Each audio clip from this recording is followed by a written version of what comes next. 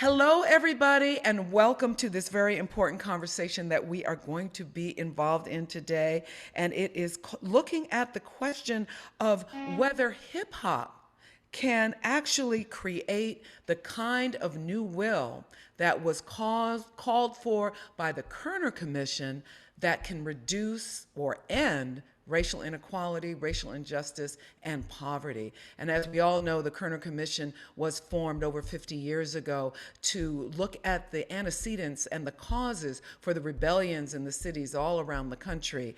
And bottom line, came up with the conclusion that the problem with white was white racism and the fact that we were two nations, unequal and separate, and that there was a failure to extend democracy to people of color. And they said, we know the policies that work, and Alan will talk a lot about that. We know the policies that work, but we don't have the public will to implement them. And so what we're talking about today is how can hip hop contribute to building that will? And we are so excited to have with us this really esteemed panel. We're so honored. Thank you so much for joining us. We have Renee Foster with us, Communications Director of the Universal Hip Hop Museum. She is so much more than that. She is a playwright. She is a strategist. She is a spoken word artist. She is just an all around queen, superwoman cape in the closet for real. And we have with us also Tina Marie Tyler, who is another amazing woman. She's on the advisory board, vice chair of the Artist Relations Committee, and the executive producer of the Universal Hip Hop Museum. But she's also a filmmaker, a producer, and so much more. And we also have Mystic with us, who's an educator, an activist, and a Grammy Award nominated artist. Say what's up. Alan Curtis, who is the president and CEO of the Eisenhower Foundation, Tracy Felder, who is the vice president of the Eisenhower Foundation, and Aaron Jordan, an activist and a leader with the Black Complex in Louisville. So brilliant panel, creative panel. This is going to be an exciting conversation. So thank you all so much for joining us. We're going to begin with Alan Curtis, who's going to share a little bit about the background on the Kerner Commission. And then we'll move into our discussion and we'll hold questions until the end. But if you have questions, just, chat them in there and we'll get them and we'll make sure they get answered. We want you to be a part of this conversation. So thank you all for joining us. We're honored to have you. Alan, you want to take it away? Thank you, Leila, and thank you, Tracy. Thanks to the museum, to our distinguished panel, and to the Mellon Foundation for supporting this work. A few weeks ago, as the curtain fell, many in the cast of Terence Blanchard's triumphant Fire Shut Up in My Bones began to cry. It was the first opera by a Black composer in 138 history of the Metropolitan Opera. At about the same time, Kenny Leon, director of a soldier's play, which won an Emmy for Best Revival, gave really an impassioned acceptance speech, repeating the names of Breonna Taylor and George Floyd 3 times. And those were powerful statements by the performing arts on racial injustice, economic inequality, and poverty. And the Fire in My Bones statements fully embrace the realities, I believe, of 2021, but also of the 1960s, when the nation experienced fires and disorders in Detroit and Newark and Los Angeles, and Chicago, Washington, and 150 other cities. Whites tended to call the disturbances riots. People of color call them protests. For the most part, the same differences in framing hold today. In response to those protests, President Johnson formed a bipartisan Kerner Commission. Most of the members of that commission were privileged white men who bore the imprimatur of the political establishment. Yet a majority of the Kerner commissioners concluded that the underlying causes of the protest was white racism, as Leila has suggested. The commission advised that it is time to make good the promises of American democracy to all citizens, urban and rural, Black and white, Spanish surname, American Indian and every minority group. I quote directly. The Eisenhower Foundation recently then updated the Kerner Commission 50 years later in our report, Healing Our Divided Society. We concluded that America has made relatively little progress in reducing racial injustice, inequality, and poverty, and in many ways, we've gone backwards. Since the Kerner Commission, for example, deep poverty, income inequality, wealth inequality, public school segregation, mass incarceration of people of color have all increased. White nationalist movements have strengthened, as we saw in Charlottesville and in many other places. The Capitol building in Washington was invaded on January 6th. The pandemic has made things disproportionately worse for people of color and the truly disadvantaged. Nonetheless, in the last 50 years, the nation has built up considerable evidence on policy that works. Living wage investments in average citizens work. The Affordable Health Care Act and vaccination work. Head Start and equity in public school finance work. Community-based crime prevention led by grassroots nonprofit organizations who are assisted by carefully trained police work. Housing mobility models work and can lead to school integration. As we have talked to people around the country on Kerner and on healing, we have found the public does not, or many people in the public at least for the most part, understand that we know a lot about what doesn't work and that policy needs to be based on evidence and science, not on dogma and supposition. We also have learned a great deal about what doesn't work, like zero tolerance policing, mass incarceration of people of color, and willful indifference to the unequal distribution of prosperity. Most of all, what doesn't work includes false 1980s rhetoric on government being the problem. Now, with the pandemic having made everything disproportionately worse for people of color and impoverished Americans, we need to continue advocating for a more active public sector, I believe, that recognizes the legacy of the Kerner Commission. It is time, I suggest, to seize the day, renegotiate the social contract, restructure basic power equations, and change the rules of the game. The goal is not to get back to normal. Normal has been the problem in America. We have, in fact, already reversed that false 1980s rhetoric on diminishing the role of federal government. 2020 hosted the largest expansion of federal financial activity in American history. And with the infrastructure legislation just passed, the momentum continues in 2021. Yet in order to seize the day, to scale up what works and to scale down what doesn't work, we still need what the 1968 Kerner Commission called new will from the American people. What is the use of evidence in our deeply threatened democracy, I suggest, if there is no will to take action? How then can we create public will in our divided society? That is one of the most important questions, I believe, of our time. New will can be created through the national voting rights legislation being advocated by many in Congress, by the infrastructure legislation just passed, and by the education, family health, child care, and child poverty reduction legislation now being debated over the next weeks very intensely.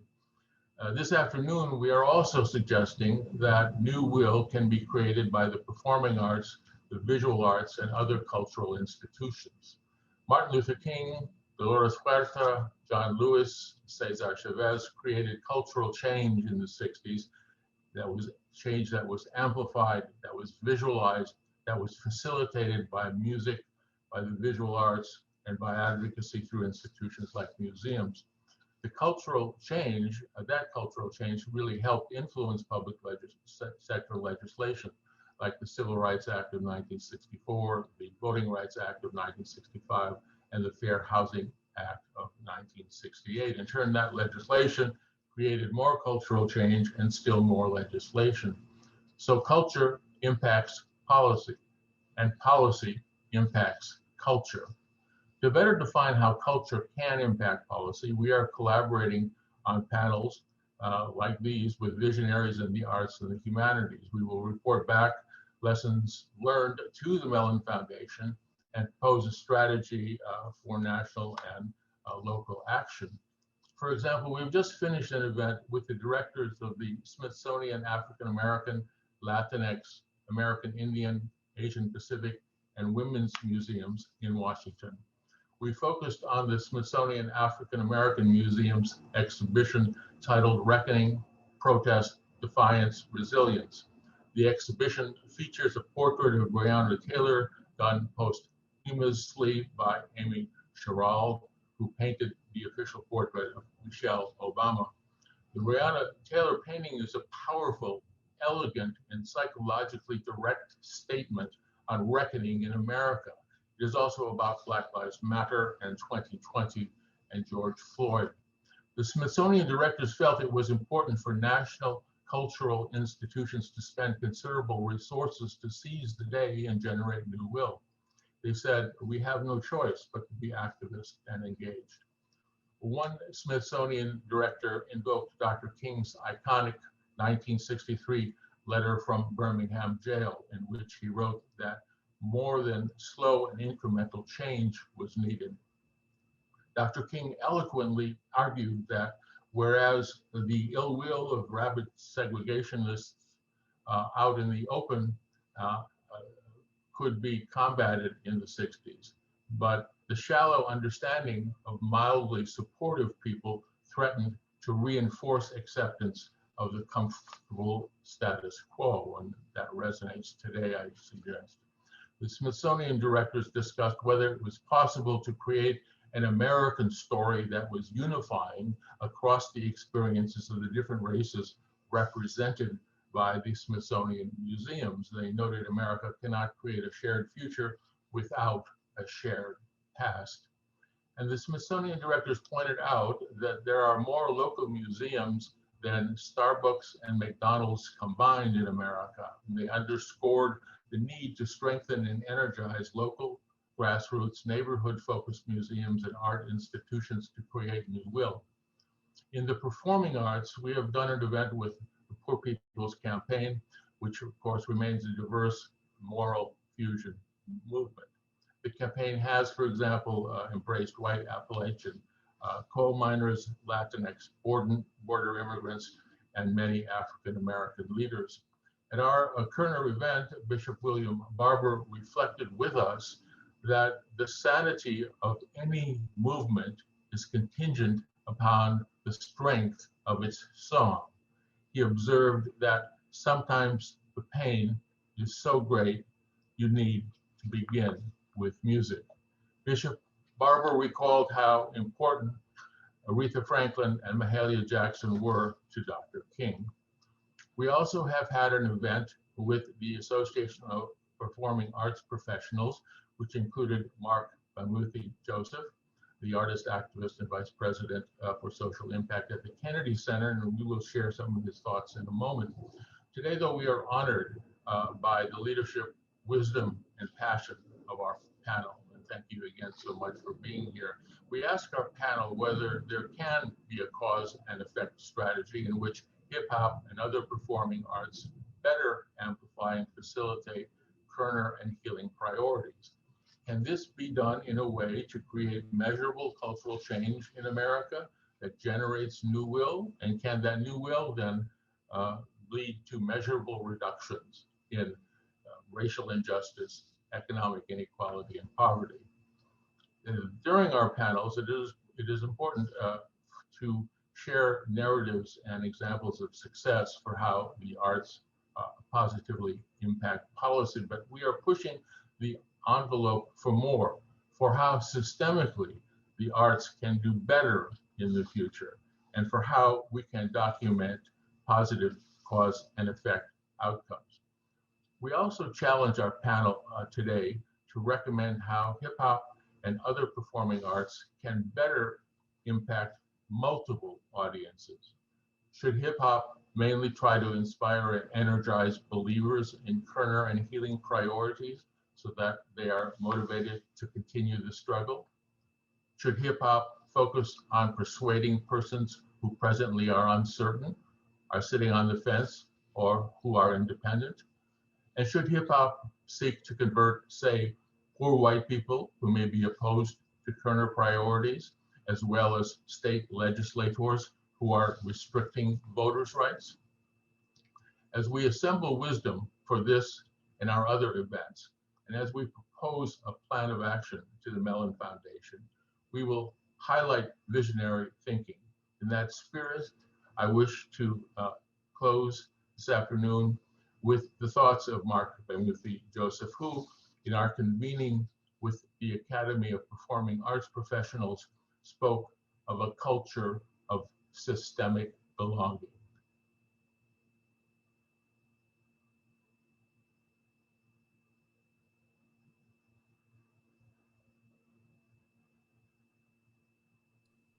Thank you, Alan. That was a great opening. Thank you so much.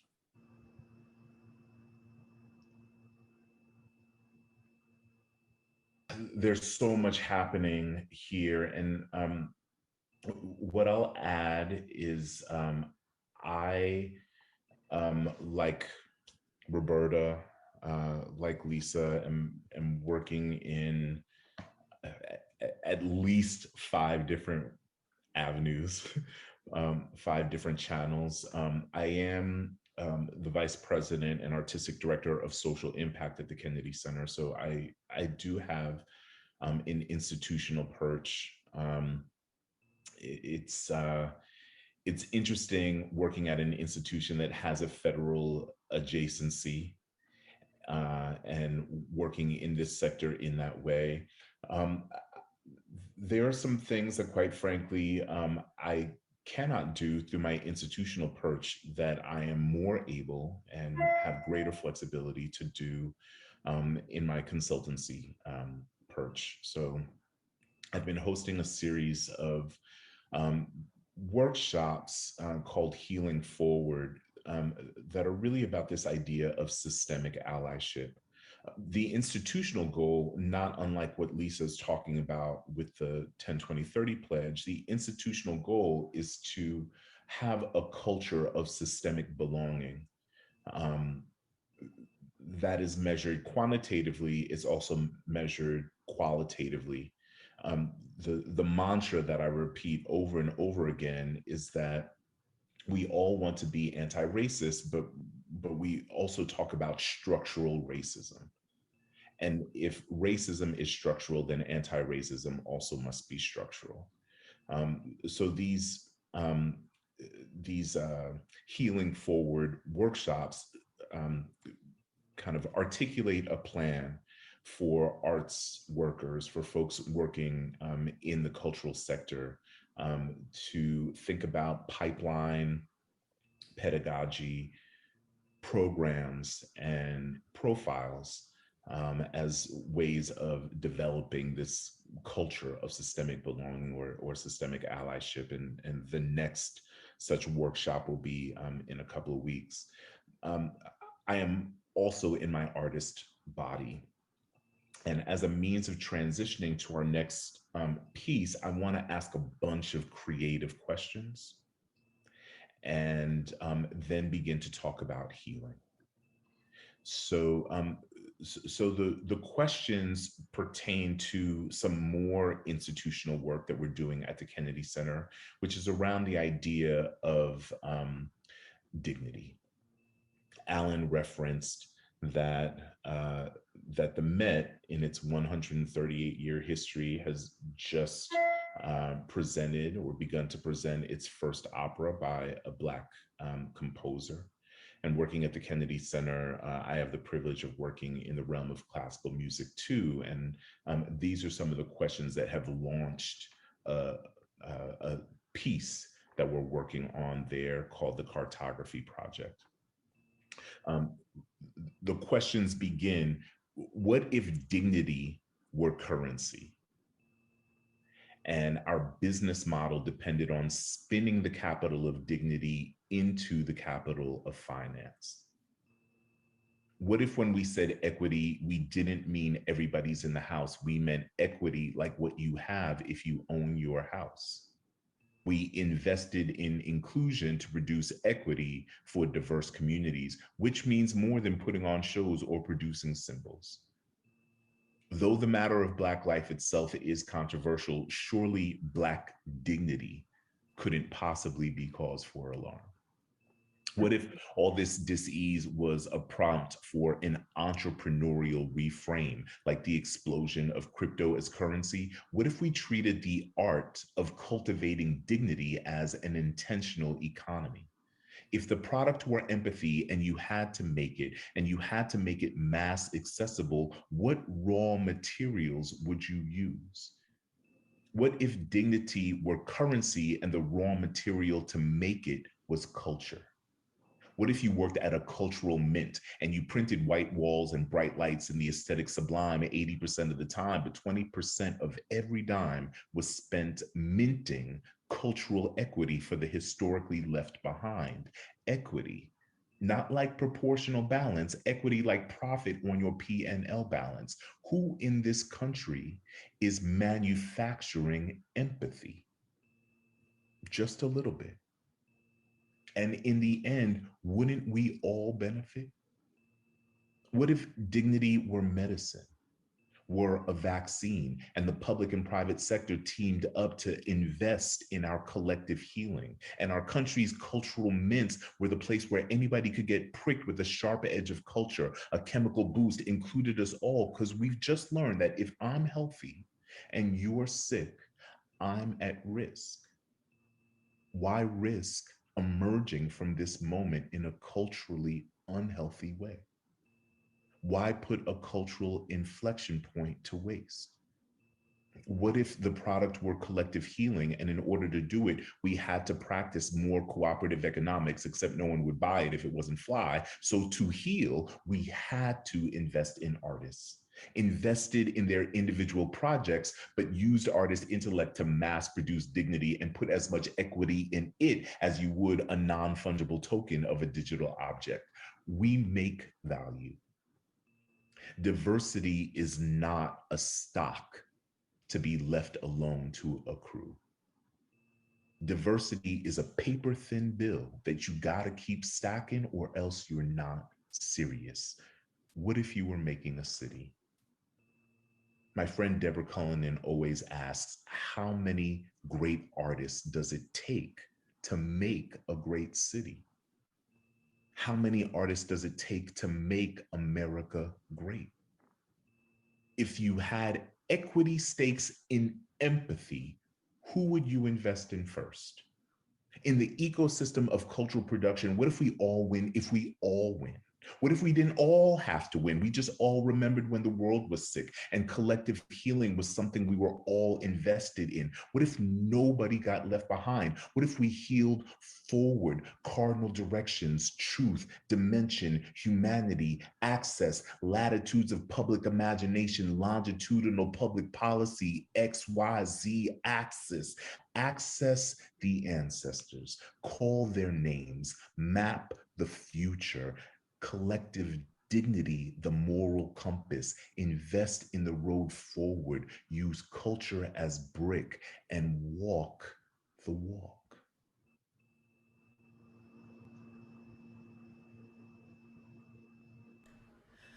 Thank you, Alan, and thank you, Mark. Those were amazing words, profound words. And I just want to jump right into the conversation.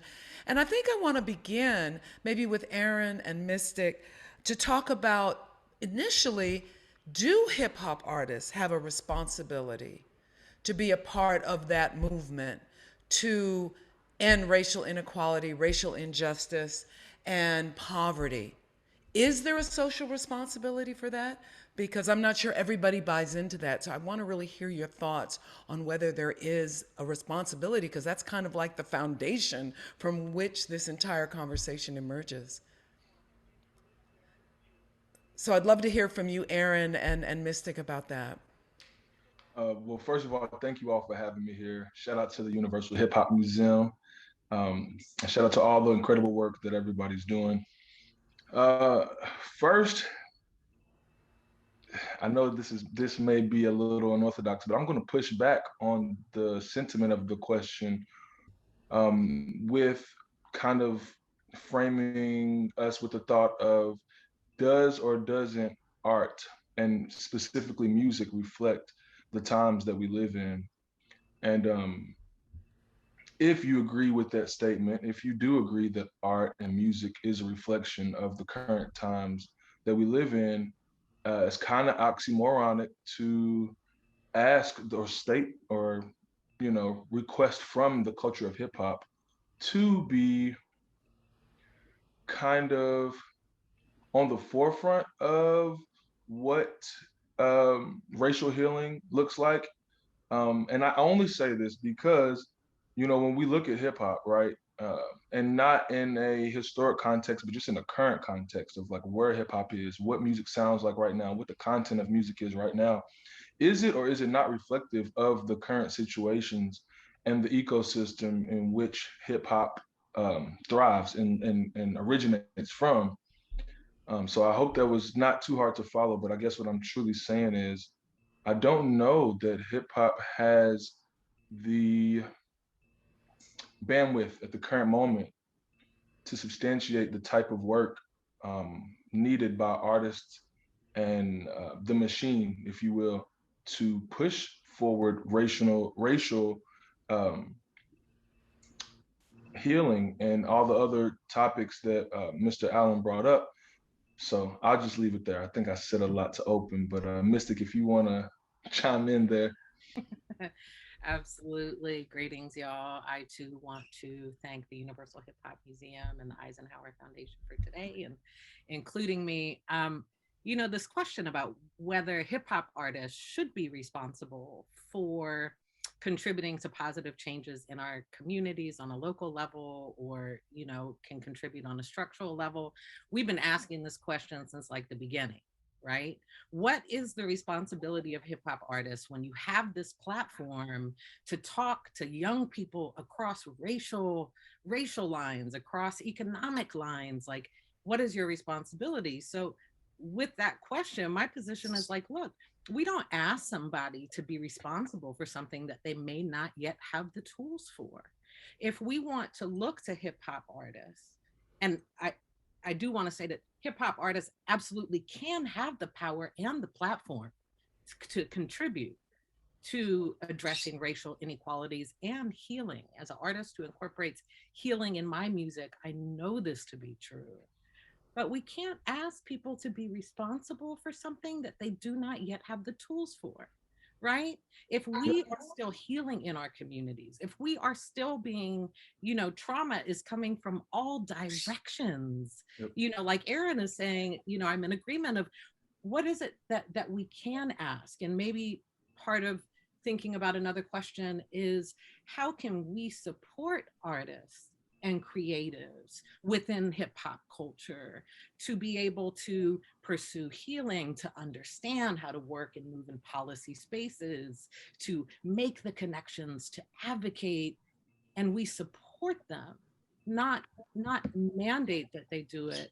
For me personally, yes, I feel I have a responsibility to try to contribute to healing and to justice, but we don't want people to get up and present us with something false that is then commercialized and the activism becomes commercialized and is put out there and we applaud people using hip hop culture for that if it's really not connected to local change and systemic change. We want it to be true. We want it to be like our culture is. We want it to come from the heart and from the community. And so that's my long first response. Well, thank you both for that. I'd love to get your thoughts, Renee and Tina.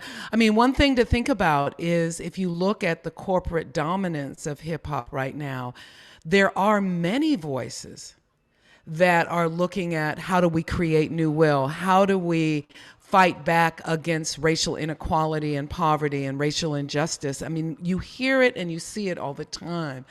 So I'm also curious about how much does the corporate influence actually stifle that? And I have talked to young hip hop artists who have said, yeah, I know when I go up there that I don't like really what is being promoted, because the largest purchasers of hip hop are middle class white boys. Those are the largest, that's the largest, buying audience of hip hop. And so many of the corporate executives, they want the ratchet. They want, let's talk about trapping. Let's talk about, F&Bs,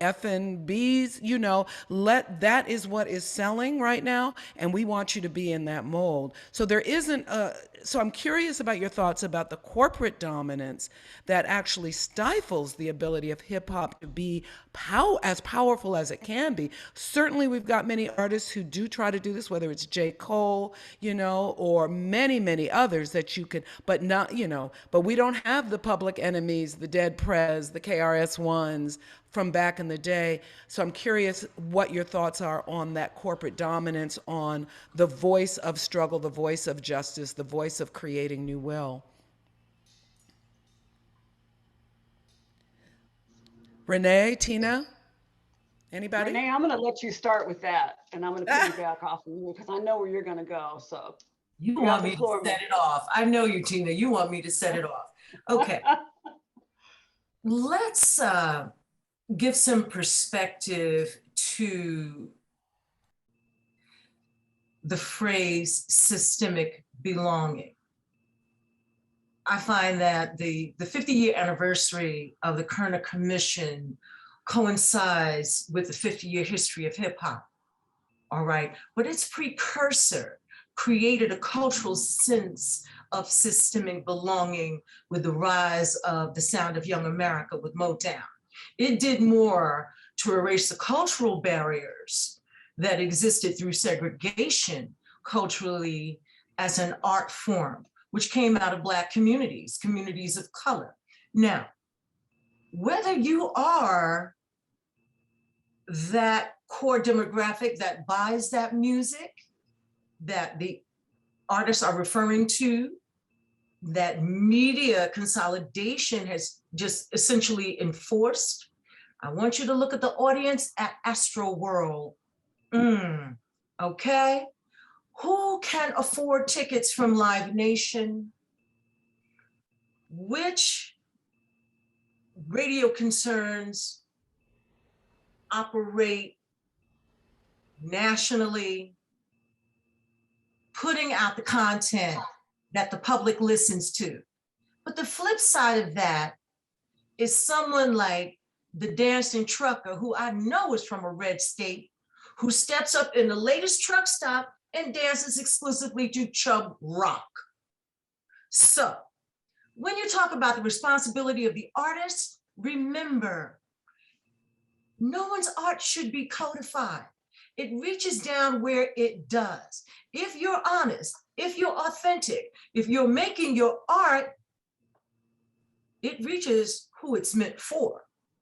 So you do have a responsibility as an artist to be authentic in what you create and to remember why you're saying it.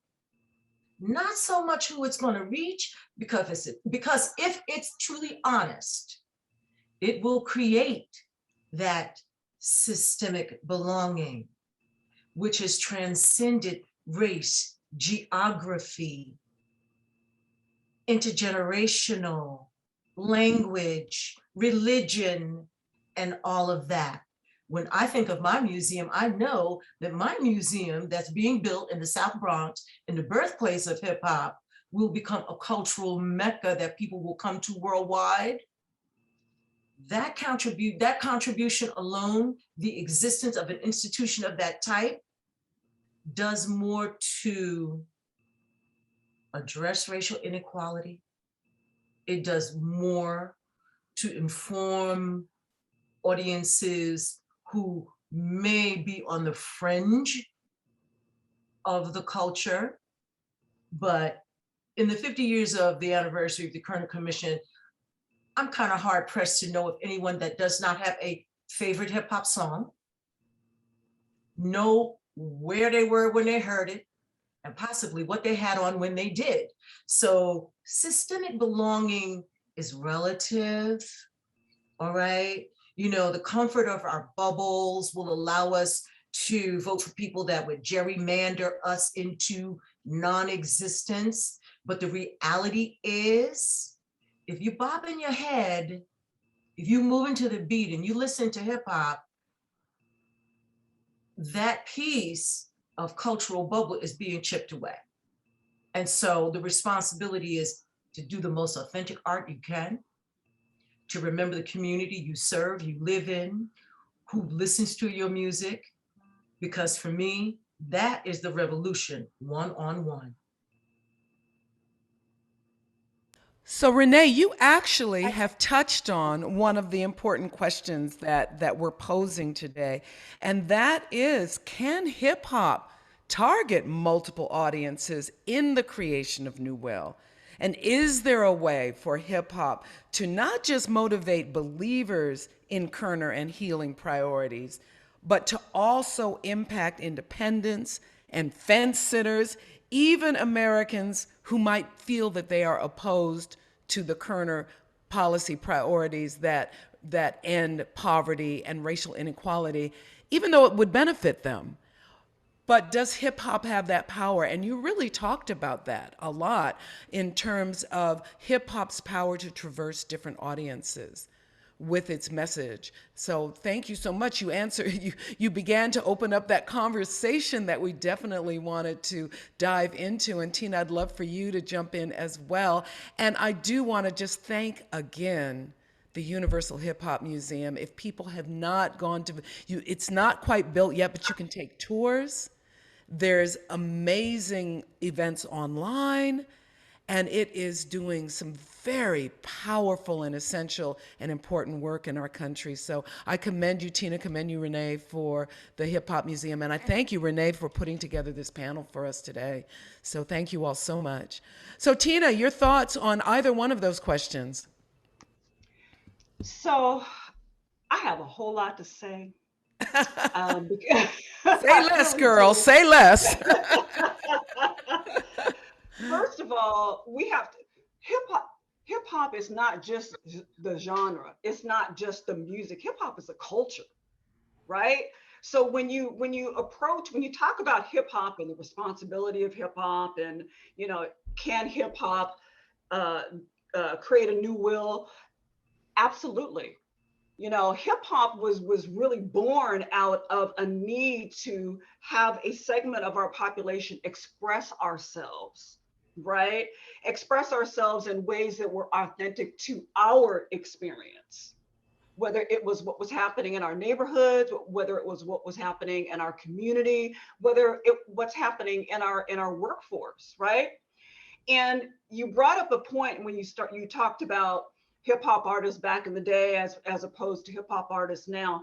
There are a lot of artists now that produce and perform and create hip hop music, but are not a part of hip hop culture. They don't believe in the peace and love and unity and having fun and the hip hop proclamation of peace that kind of talks about ways in which people in the culture should move and how we should do business and those types of things. They don't believe in that. They want the money, they want the paycheck, right? And then you have those that started this culture, this movement. You have artists like you had mentioned, Chuck D, and you've got Kool Herc, and some of those other folks. And that the business of hip hop, and we talked a little bit about that, is much different now than it was back then. So when you talked about the effect of the corporations and the effects of the labels and kind of the monetization of hip hop, back in those days, and I just finished an interview with Sir Mix-a-Lot. Back in those days, we didn't have a way to be able to get our music out officially to the masses. We were selling mixtapes out of the back of our car. We were giving things, out to anybody and everybody that would hear it and listen, right? And so in order for us to really get our music out, we had to go into these really horrible deals with the record company or managers or things like that were giving artists pennies on the dollar, right? Fast forward to where we are today, hip hop artists can be independent. They can own their own publishing now. They can get their music out to the masses, based on the internet. They don't necessarily have to have a deal with a distribution company to be able to do that. And now we have hip hop billionaires, right?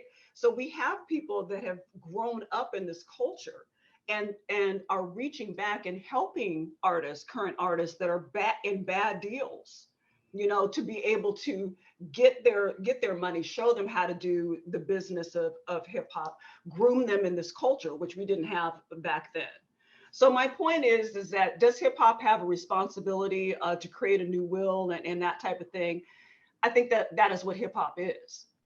I think that hip hop has always been about what's good for Black and brown folks and the people that don't have a voice and the oppressed and the people that don't have a lot of money. I mean, I think that is what hip hop was born in and continues to be.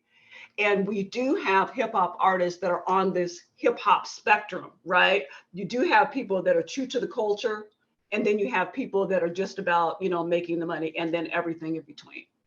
And so I think that right now, what we have to do as a culture is find a place for all the voices.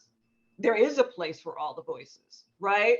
And Chuck D can't necessarily tell the person right now how to create art for their audience, right? But Chuck D can say, this is what our culture is about, and and give them some historical context. But again, it's incumbent upon the artists to create what is real and authentic to them, and have a sense of responsibility to the culture in which they are a part of.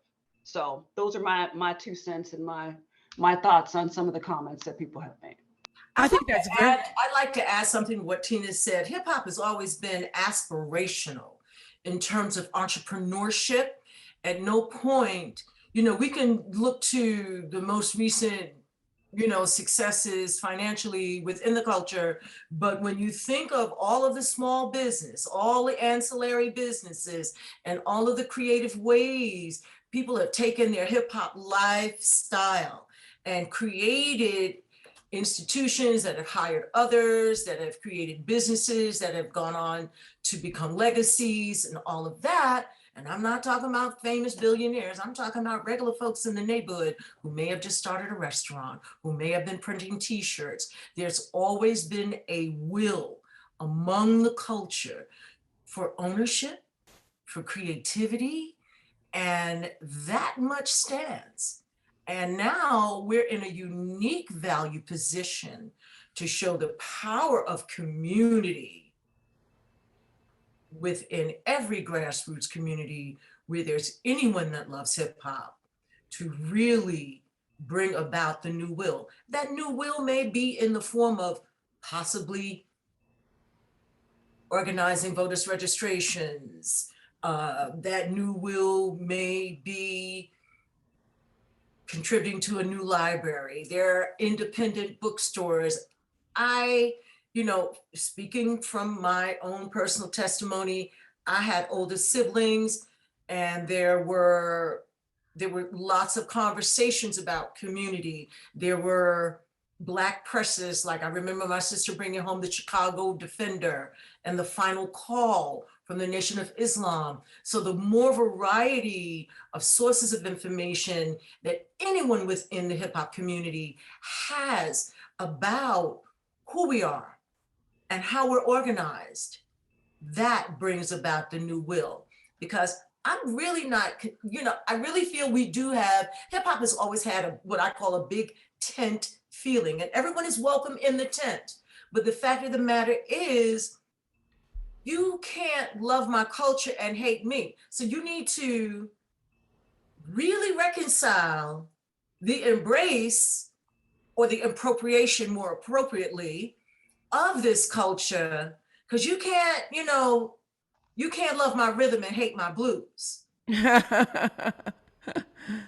Which unfortunately far too often people are doing. They love our rhythm, but they don't want our blues. But I think both of you, and then we want to definitely get Mystic and Aaron in the conversation. I think the question, and that's very interesting what you were saying, Tina, about now there are more spaces for independent voices, and it'll be very exciting to see what comes of that. I look at Little Baby's recent song, Bigger Picture, very, very conscious, very much about creating new will to reduce racial injustice. And we're seeing a lot more like that coming forward, which I think is really hopeful and fascinating. And I think it leads to the question that Alan posed, and I'd like to get all y'all to talk about this. Is there or can there be a cause and effect strategy that leads from the kind of artistic innovation that hip hop is so about? And we know how powerful hip hop is. I mean, you go to Croatia and they're trying to rap. You go to Palestine and they're rapping. You go anywhere in the world and hip hop has taken over. It is a testimony to the power of our culture. And it is a testimony to the power of us as a people, as an oppressed people, and to this artistic expression. So the question becomes, can there be a cause and effect strategy that leads from this artistic innovation to measurable change in America? And can that change embody the new will that leads to measurable reduction in racial injustice, economic inequality, and poverty? I'd love to get y'all's thoughts on that. And I know, Mystic, Aaron, if you want to just kick it off with your thoughts, that would be awesome. Mystic, I'd like to let you go first, ladies first. Okay, If you I'm feel playing. comfortable Go with ahead, that. brother. Go ahead, brother.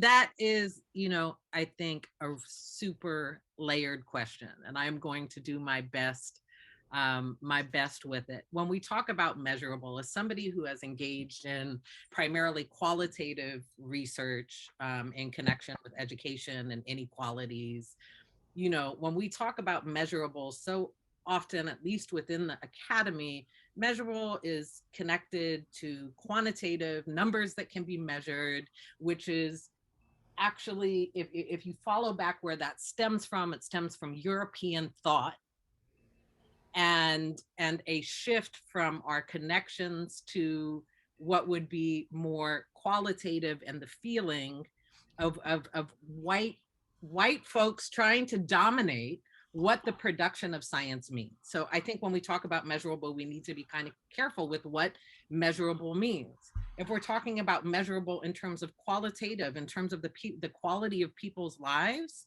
I think that absolutely that hip hop as a culture can contribute to that. But we could do everything we could possibly do in hip hop, but if there's not structural and systemic change, which must come, that must include communities, must include policy, then will it be measurable, right? If all of us get together and we throw a huge concert and we raise funds for people in community and people who are being put in jail for standing up for communities, are we actually dismantling or abolishing poverty? Are we creating measurable change? We may be creating measurable change in small groups, but without the policy, I don't think that it's possible. And this kind of, I want to tie it back to this question about, can we through hip hop engage fence sitters and people who want our rhythm but don't want our blues? Right. Is that's part of where the change has to happen, right? We can't always be responsible as Black folks, as we can't be responsible as the people within hip hop culture. We can't be held responsible for white people working on the racism that continues to infect every system and layer of this country, right? And that's not even talking about globally and continued colonization, right? So again, measurable. Can we, with hip hop culture, can we contribute to measurable improvements? Absolutely, right? Because you can turn on a jam and your whole day is going in the wrong direction, and that beat and that rhythm and those rhymes and those identifying with the fact that so many of us are struggling, right, on a daily basis. yeah, it can contribute to that. And can we can look within the arts generally and see more generally, right? There's tons of reports that are out there. There's data that's out there about how the arts contribute to local economies, the millions of dollars that are created. So maybe that is measurable, but I think even if we start to look at that as being what can be measured, how do we measure the folks that Renee is talking about who are on the community level, right? We might not know them, those of us sitting here on this panel, but in the community, they are known. They are providing a service. They are providing a product. They are providing pathways. How do we measure those impacts? And I think that excites me as a question about can we contribute to measurable change? And I think in order to do that, that means engaging communities. That means engaging the artists and leaders who are on the ground, who are making those things happen, and evaluating what is it that we actually value when we measure it, right? And what are we going to do with that? So I'll Well, close. I think you raise a very profound question as well, Misty, because you say that we can't necessarily look at the standard ways of measuring when we talk about measuring the impact, say, of hip hop on the building of a movement to create new will, to create the change that we need in this country. So that we need to really even look at examining those measuring tools to look at both the qualitative and the quantitative aspects of measuring that. And I think that's very profound that you raised. So thank you for that contribution. Aaron, your thoughts on anything that you'd like to share some thoughts on that we've Listen, been because I talking got some about? thoughts. You've got So some I thoughts. think, yeah, man, I think that we've all done a really beautiful job at articulating and illustrating the policy piece of it and where the music and the culture of everything kind of um, could marinate together. I just think that okay, for example, today is today the Louisville Metro Police Department is had met with a committee today, tomorrow, and I believe on December 11th and 12th. Somebody fact check that, but I believe those are the dates. The Louisville Metro Police Department, right? The police department that is responsible for the murder of Breonna Taylor, is now deliberating on whether Officer Cosgrove, who is the officer whose actual bullets went into Sister Breonna's vessel, should be uh, given his job back. Essentially, is his Mm. determination um, valid, right? And so, as we sit here and talk about the Kerner Commission, like let's just sit in that for a couple of seconds. We're literally talking about a commission that was put together to address the question of why are these people rioting or protesting? What can we do to make sure that it never happens again? We've done nothing to address the systems that are playing against us every day. When Mystic talks about these white folks that are trafficking in in these systems daily, I mean, music can only do so much. The culture can only do so much. And I believe this is where, when people talk about the unity piece of it, I think that we begin to put the cart before the horse, trying to heal. That's not what unity right now looks like for me. Right now, what unity looks like for me is, where are my accomplices at? Because I don't even like allies. That's too like, no, I don't want you to post a little black square on your Instagram and say, yeah, I'm solidarity. No, I need you to be sacrificing resources, sacrificing social capital, sacrificing the relationships that you have and the seat in which you sit and where you look, to make sure that these systemic issues, and like I said, I mean, there is data on data on data on data that illustrates what the issues are. So when we begin to talk about culture and what the culture can do, make no mistake, the culture I would not try to dare put a limitation on what the culture can do, right? That would be super ignorant of me. So that's not even a vibe. I just think that it's super important, to Mystic's point, that we hold accountable those who are truly responsible that our country and world is in. And I believe that where hip hop can maybe take a first look or put our foot on the line, if you will, is, maybe we start speaking truth to power. Maybe we start educating the little babies when we start talking about how these record labels and institutions can work in a manufactured way to really create a comprehensive, cohesive strategy to get these artists and production groups and everybody else to kind of elevate the conversation and elevate the content. And I also just feel like it's, again, oxymoronic to think that the culture is going to be reflective of, to Mystic's point, a lie. To Renee's point, a lie. We have to be authentic in the storytelling and the experience. And just unfortunately, the experience is the story that we're hearing on the radio. That's just unfortunate. And I just think that there are people in other places that have to be called to the table. And we just got to call people on their BS and stop taking these slaps on the wrist as kind of the norm.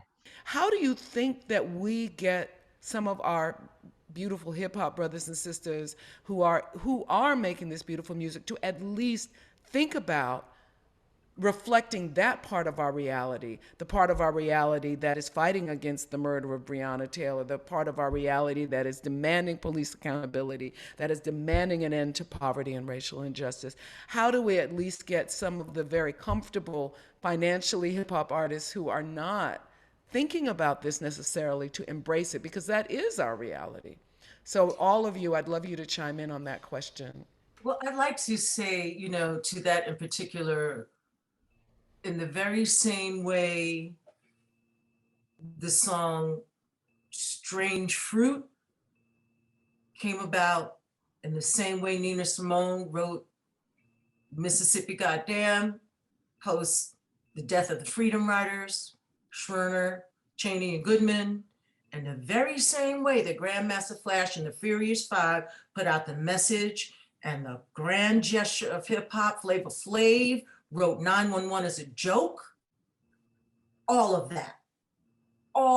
that speaks directly. There is a through line of protest, of the messaging reflecting our reality, done by these artists in ways that people understood because they were living it. That is what I look at when I think about the democratization of technology, allowing anyone to get their messaging out. So if we're going to suggest to artists, recommend to artists to look at the legacy of protest and movement, remind them how it was done, what influenced them, and what it meant to hear that music and know that it resonated because you saw that broken glass everywhere. To quote that song, The Message. It's a kind of understanding that unilaterally, the ills of society that marginalized communities of color face are universal worldwide, no matter where you are. If you are in Lebanon, you're talking about poverty. If you're in Palestine, you're talking about poverty. You're still talking about poverty in Joburg, all right? Even with the fall of apartheid. We may be 35 years in, but the social ills that hip hop speaks to are the same in Nigeria as they are in Poland. And this is essentially a fight for visibility in human rights. All right? So frame this conversation where it really, really does belong, because freedom of the press, media free of government oversight that speaks truth to power. We can no longer sit back, even if art is our milieu, to act as if we're not impacted, and that you do have the opportunity to address it in the way that best fits your artistry. Well said, Renee. That's very powerful, very insightful. Other thoughts? I had a thought. He's no longer on, but Terrence Muhammad was on here from the Hip Hop Caucus, and I have worked with the Hip Hop Caucus for a long time. And so when we think about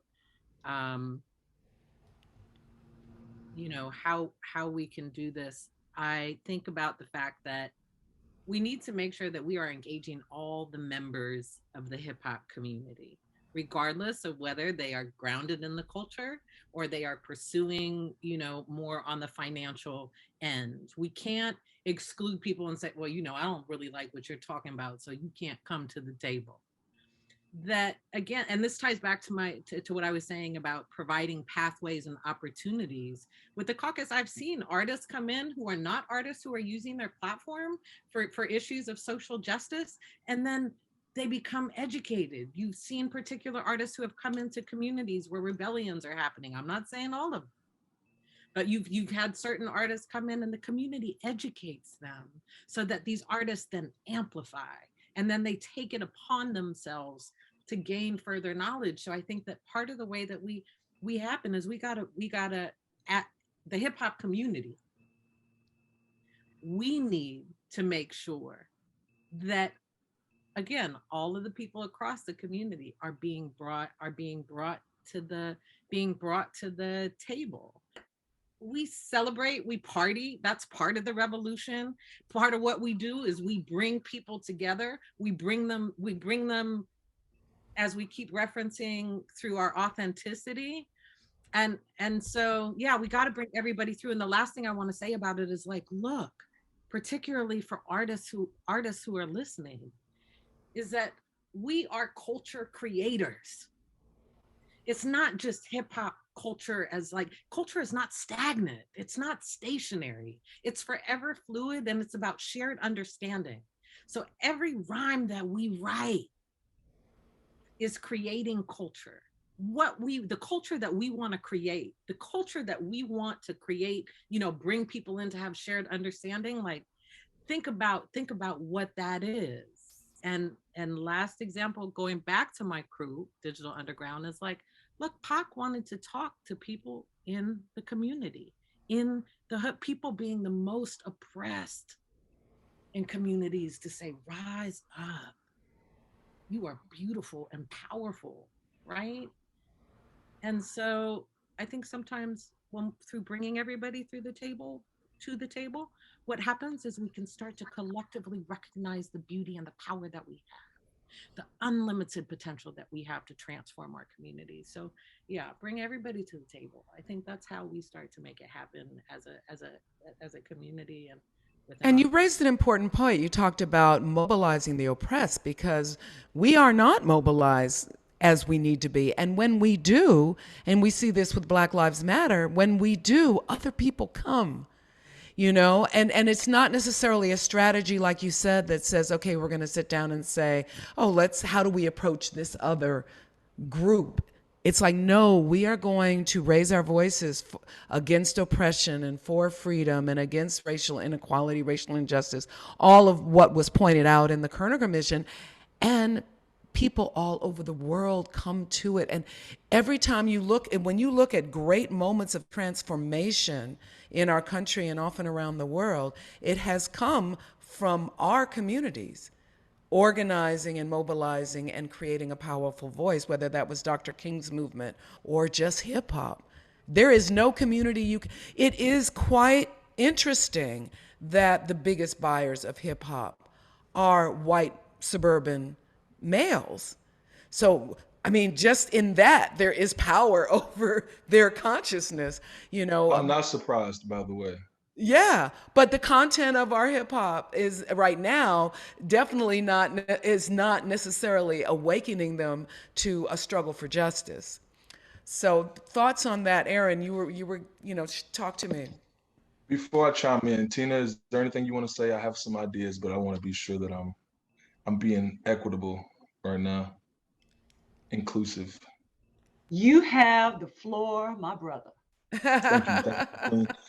So I'm sitting here thinking, like, this might be wild, but what if, in order to participate in, we're just talking about hip hop, in order to participate in hip hop, whether it's through a chain of communication from your label, or if you're independent, maybe it's through how you distribute and upload your music to these different services, etc. What if there was a way to have diversity, equity, inclusion, and belonging baked into how you push your thing out, how you push your product out. That's one thing that's happened on this side of my brain. And then on the other side, I'm thinking, you know, in the spirit of accountability, do legislators and lawmakers in Washington, in our state capitals, and they be going through diversity, equity, the belonging piece? You're breaking up a little bit. DEI officers and going into all these different places, but I don't see it. I don't know if it's being implemented in our governmental institutions. So that was just kind of a double pronged idea that I had, and I'll just leave it there. I have some other ideas, but I don't want to take us too far.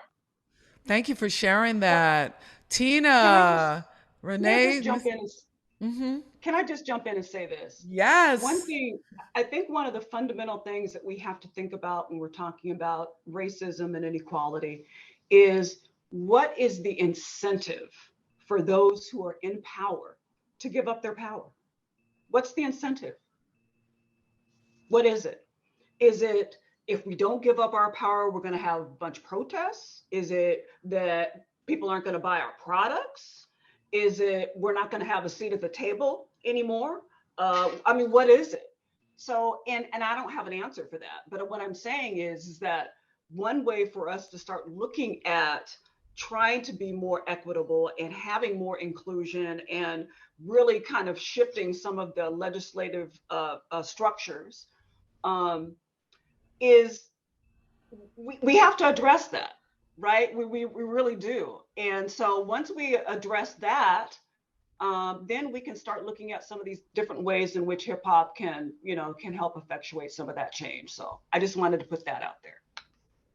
And we have a comment from Derek. He just wants to make sure his name is Derek Lawrence. Welcome, Derek. Thank you for joining us. What And up, he's a Derek? recording artist. And he says his music addresses many of these issues. He wanted to introduce himself. So, Derek, we're giving you a shout out saying hello. And please feel free to share your thoughts with the panel. We'd love to hear what your thinking is. So, moving back to this question, Tina, you raised some very, very important points. Renee, your thoughts on that? I think that as technology empowers us all to own our art, I think that there are larger questions about, now see, this is where I get into the weeds. Think about how artists are being compensated by streaming services. And this is multi-layered. In addition to that, what about the FCC's mandate for public affairs programming that's no longer a part of day-to-day terrestrial radio? So these things are interconnected, they're intertwined in the kind of public affairs programming that was going into communities at the grassroots level. And listen, I grew up with analog radio and I'm so old, I thought the people were in the box when I was little, okay? So,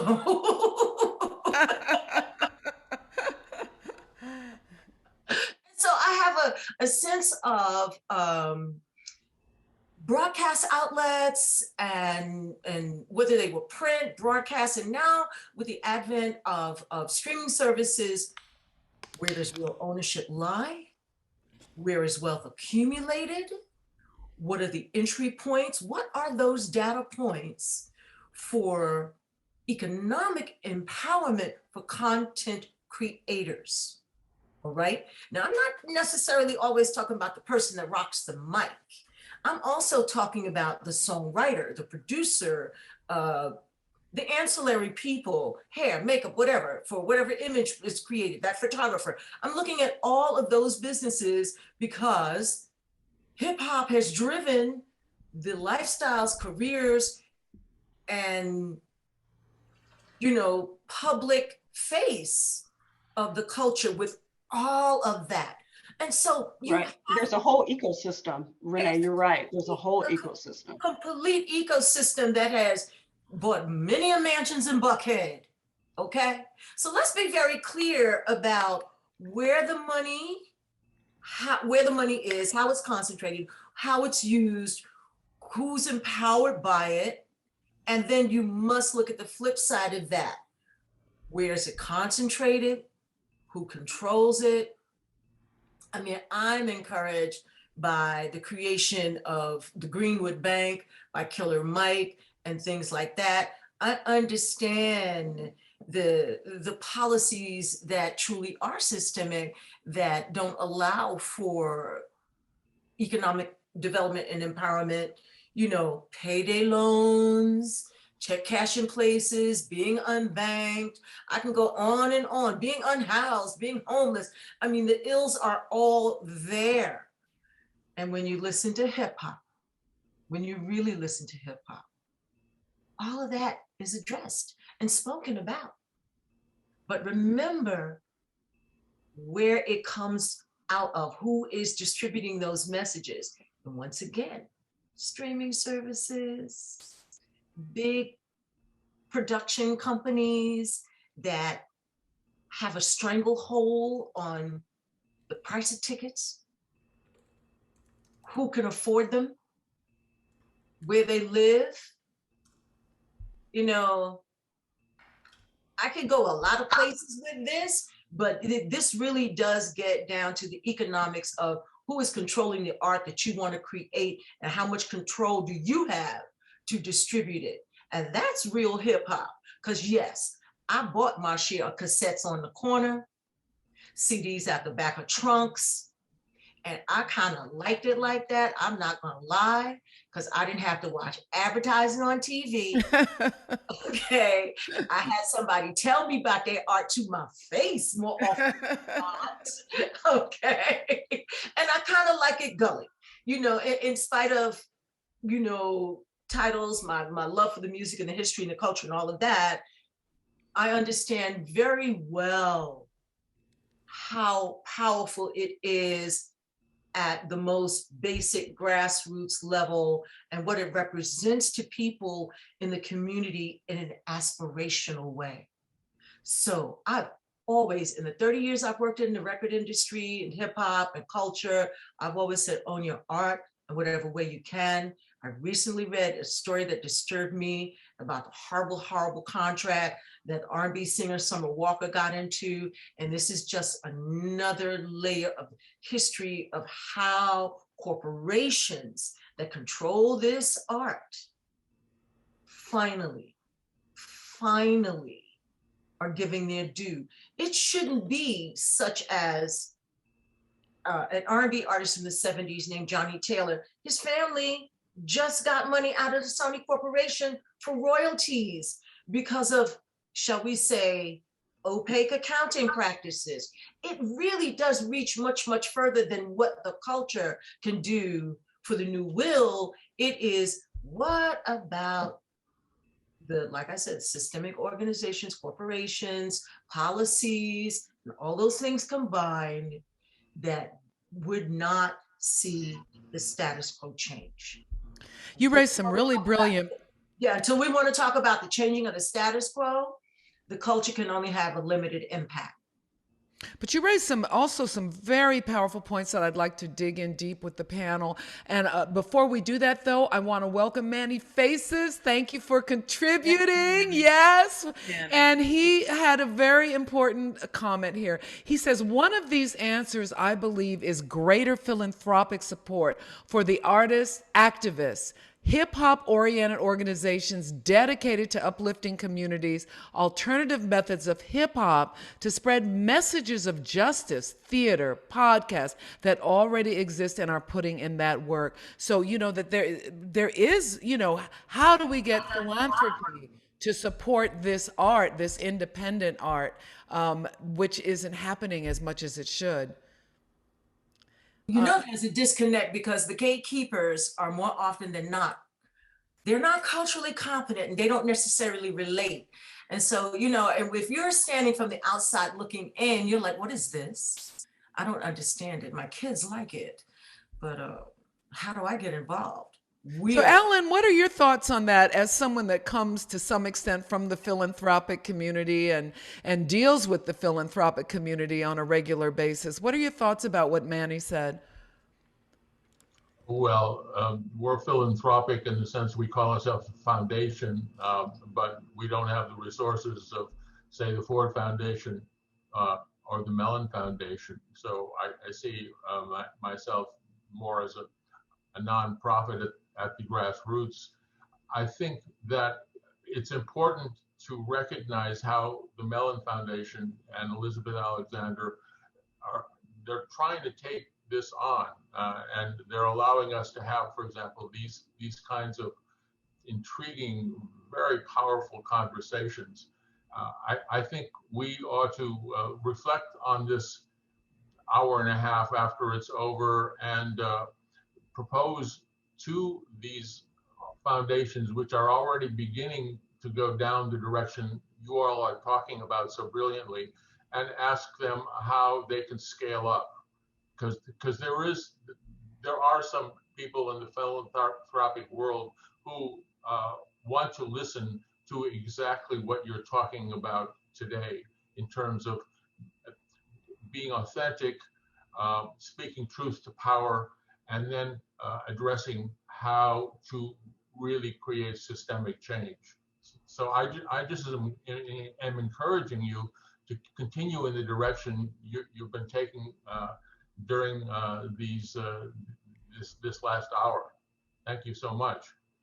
Yeah, no, and I think that what Manny was saying was very important in terms of, that independent artists, there needs to be a way for them to get support so that those voices can be heard and cultivated and can be independent, which also Tina was talking about and Mystic as well. The other thing you raised, Renee, that I'd love to get some thoughts on are what are the policies that we definitely need to begin to fight for in communications. You met back in the day, the FCC required terrestrial radio stations, television stations, and any kind of public media. So that would apply to streaming services today. It would apply to a Facebook.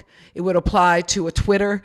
To set aside a percentage for public affairs and particularly for people of color. So that's where a lot of programs came out. Like I used to co-host this program called Black Agenda Reports on television.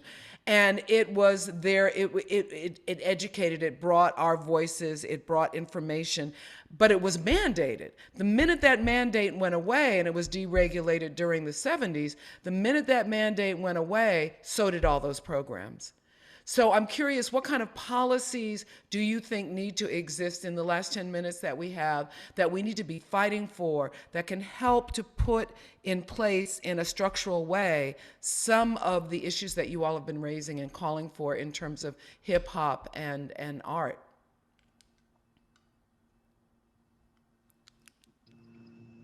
Okay, I'm a creep in there then, Mystic. Um, so one thing that I'm sitting here thinking about is what about, and this is kind of rhetorical, but I'm sure somebody could really come up with the answer. What type of policy, what would policy look like if there was a percentage of maybe sales tax or something that came from hip hop as a genre, Mm. as a culture that went directly into the communities, the urban centers that they impact the most? That's just something that I'm thinking that would be revolutionary, that was going back into the community.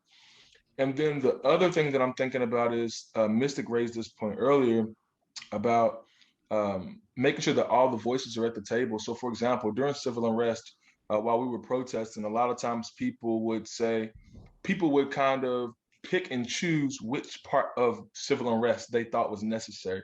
And I was a proponent of, listen, I might not be a rioter, but obviously we need folks rioting. I might not be looting, but obviously it's necessary. I might not be the first one to go pray about it, but it's necessary.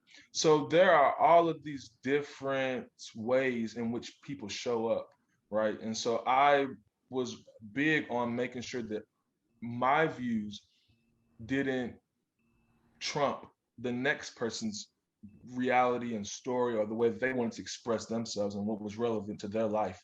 So, in the same regard, I think that as we start talking about policy and record labels and big machines, et cetera, we always have to make sure that we advocate for those who aren't in the space until we get them to the space and to a place of revelation where they can advocate for themselves. And I just think that it's super important that we build coalition amongst the urban centers. There's no reason why here in Louisville, for example, we now have Bryson Tiller, 2K Baby, ESTG, Jack Harlow, 4 artists just to name right there. And that's a small number. I mean, it gets greater when you talk about Atlanta and New York and LA.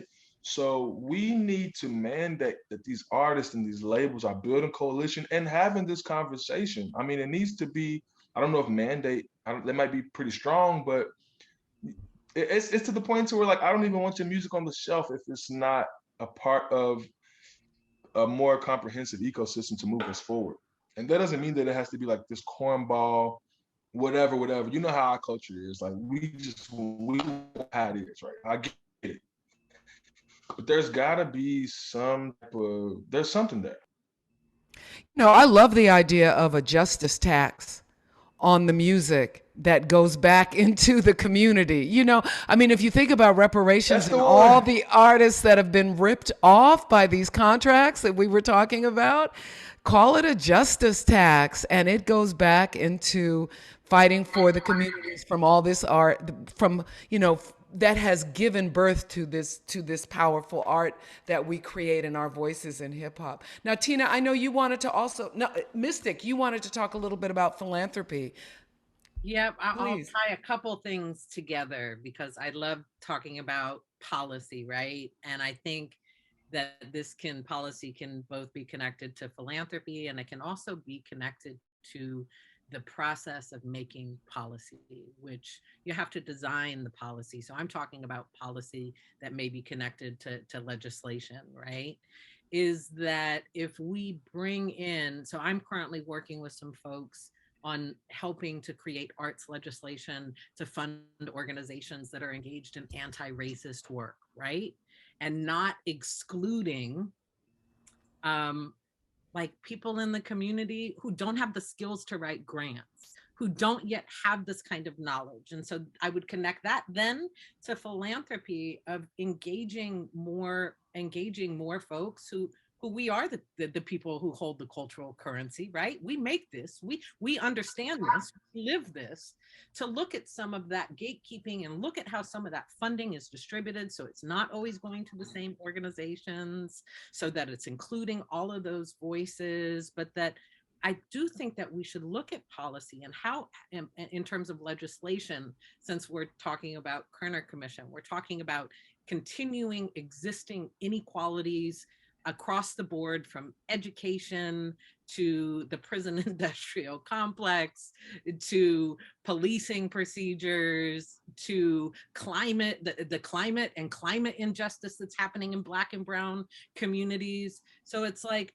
how is it that we can start on a more kind of, whether it's on our local city councils or it's within our states, but to be in coalition, as Aaron is talking about, right? Of how do we start to picture the people who are designing the legislation, who are in the background, who are putting it together, that can contribute to anti-racist approaches, right, which are active, and that's so deep and we don't have time to get into that, but that contribute to that contribute to eradicating poverty, that contribute to the healing that is necessary, and that contribute to supporting the necessary conversations to address the systemic racism and the structural violence that is supported by the institutions in this country.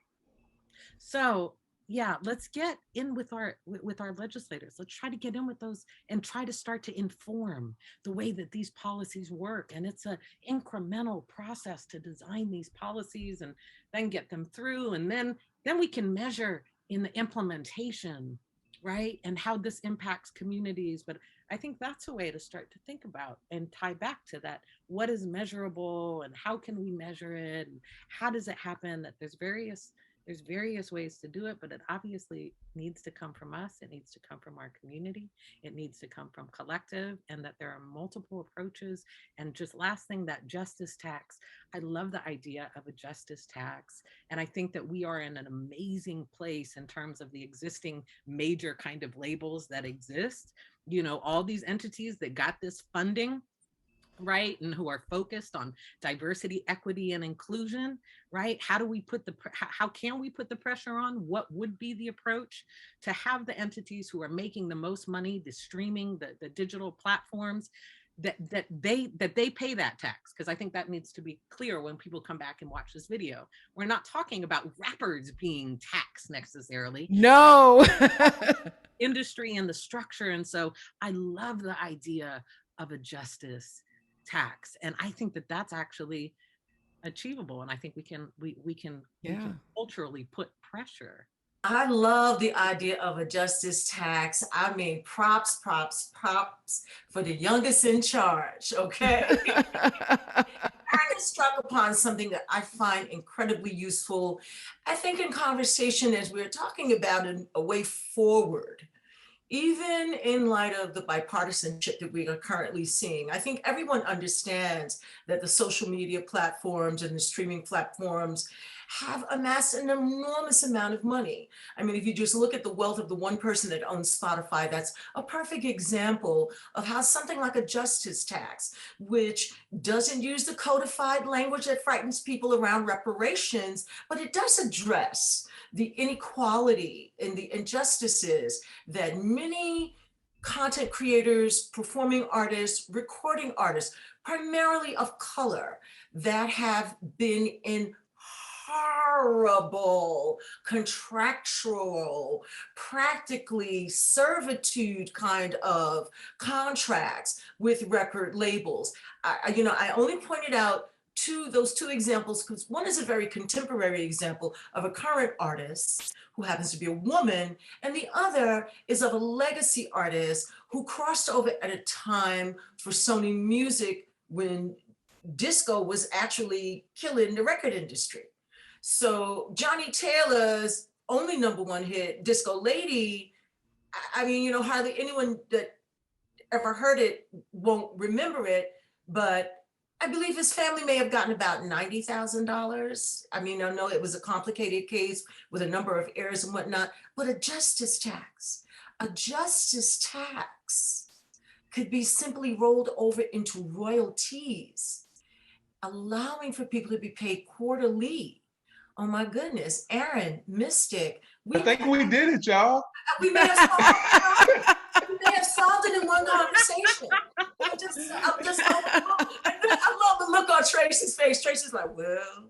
But it could also be used to do what the brother was talking about. I believe Derek, who's watching us and joining us, in terms of providing some funding for independent artists, hip hop artists, as well as helping to make whole those who have been ripped off.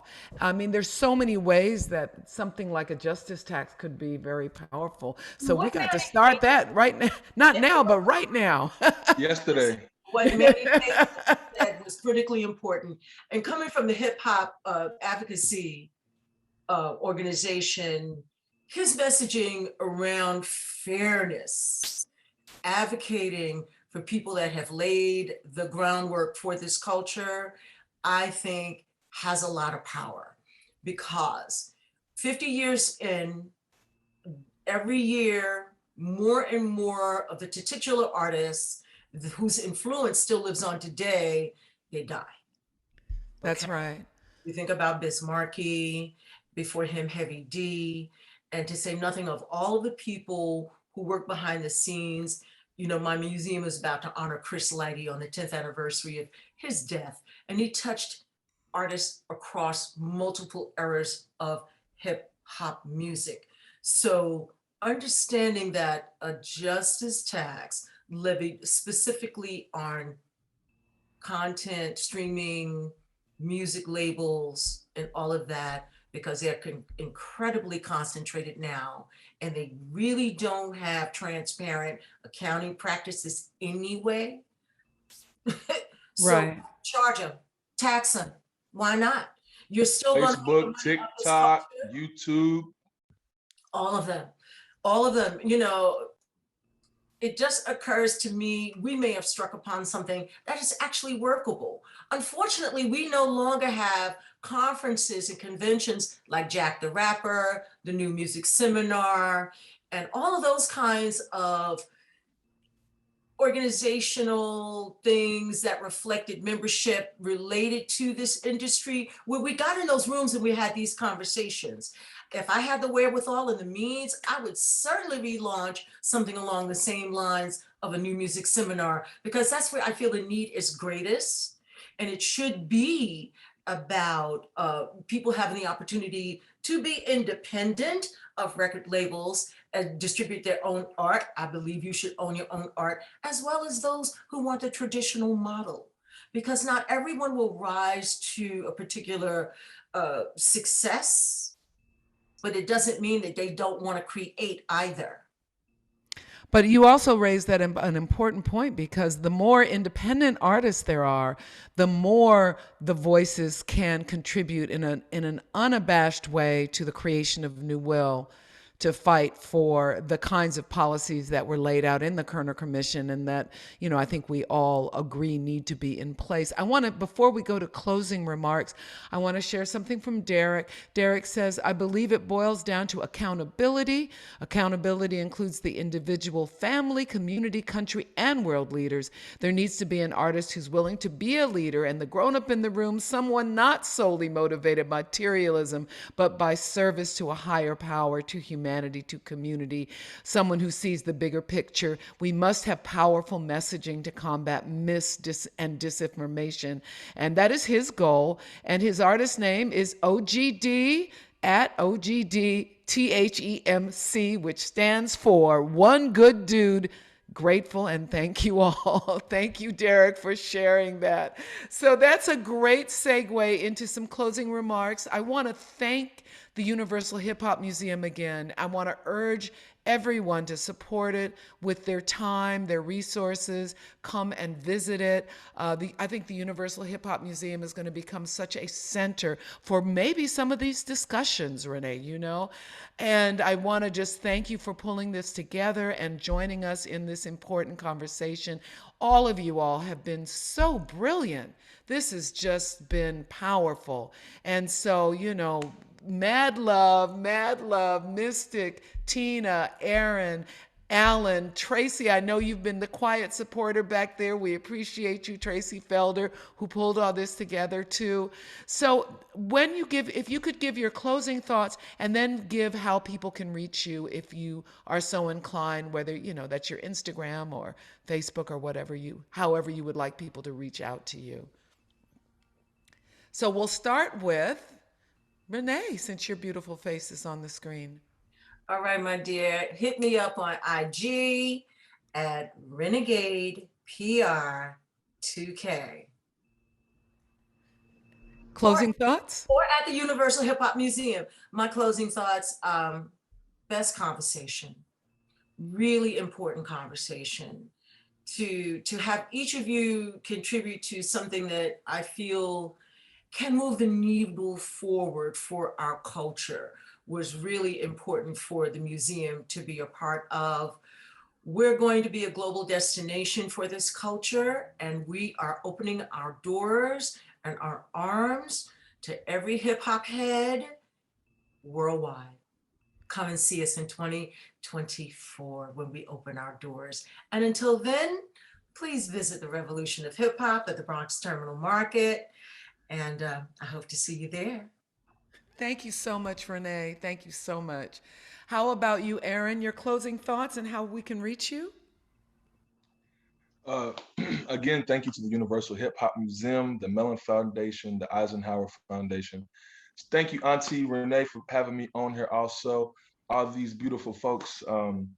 The main thing that I want to make sure that we follow up on is this justice tax. Okay, because I'm not going to forget my life if we don't do something about that. And then also, I just want to say, I look forward to coming to New York to partaking in all of the things that the museum has going on.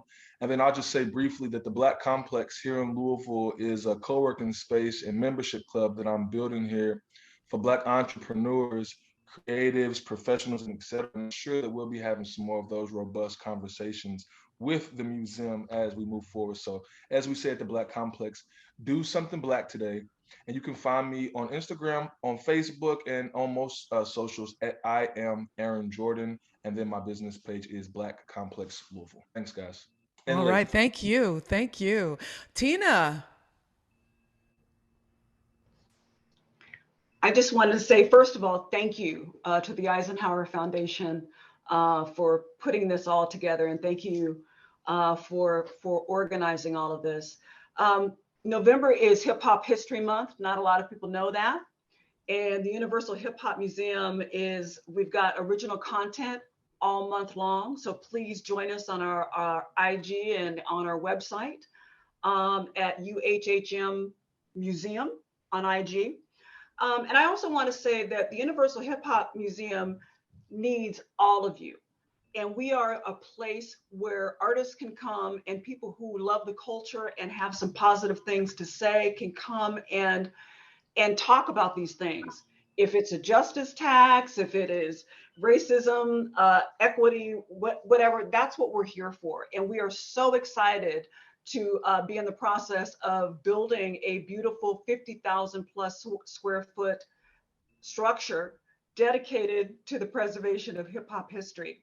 So I just want to just encourage everybody to go to uhhm.org, donate, find out more about our organization. And I really, really enjoyed this conversation and hope that we can continue it in maybe a small group dynamic and get some action plans. Thank you. Thank you. Thank you, Tina. And you get to close it out, Mystic. Maybe you could drop some bars for us. Do some freestyle. Perhaps. I too want to thank the Universal Hip Hop Museum and Alan. Thank you for joining us.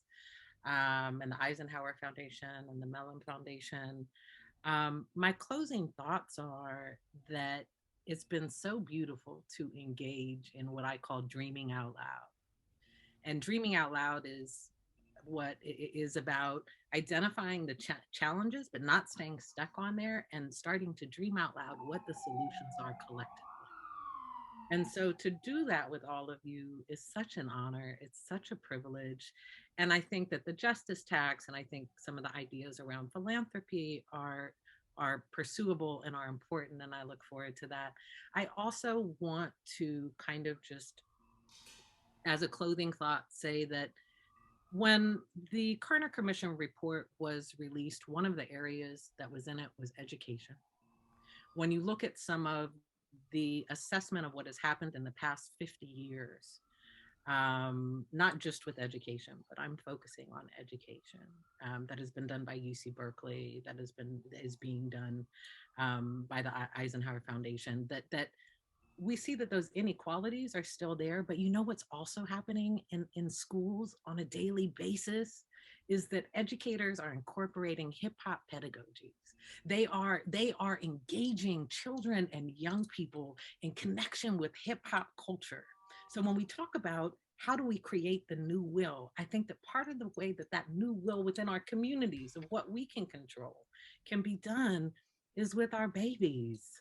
It's with our young people. It's how we engage. And so I just want to put that out there, remind us of the beauty and power that's there. And also for everybody who's watching, like something that I do, even with kindergartners, is to really want to reflect that the world can seem overwhelming and all of the challenges, all of the injustices can feel, they're so heavy.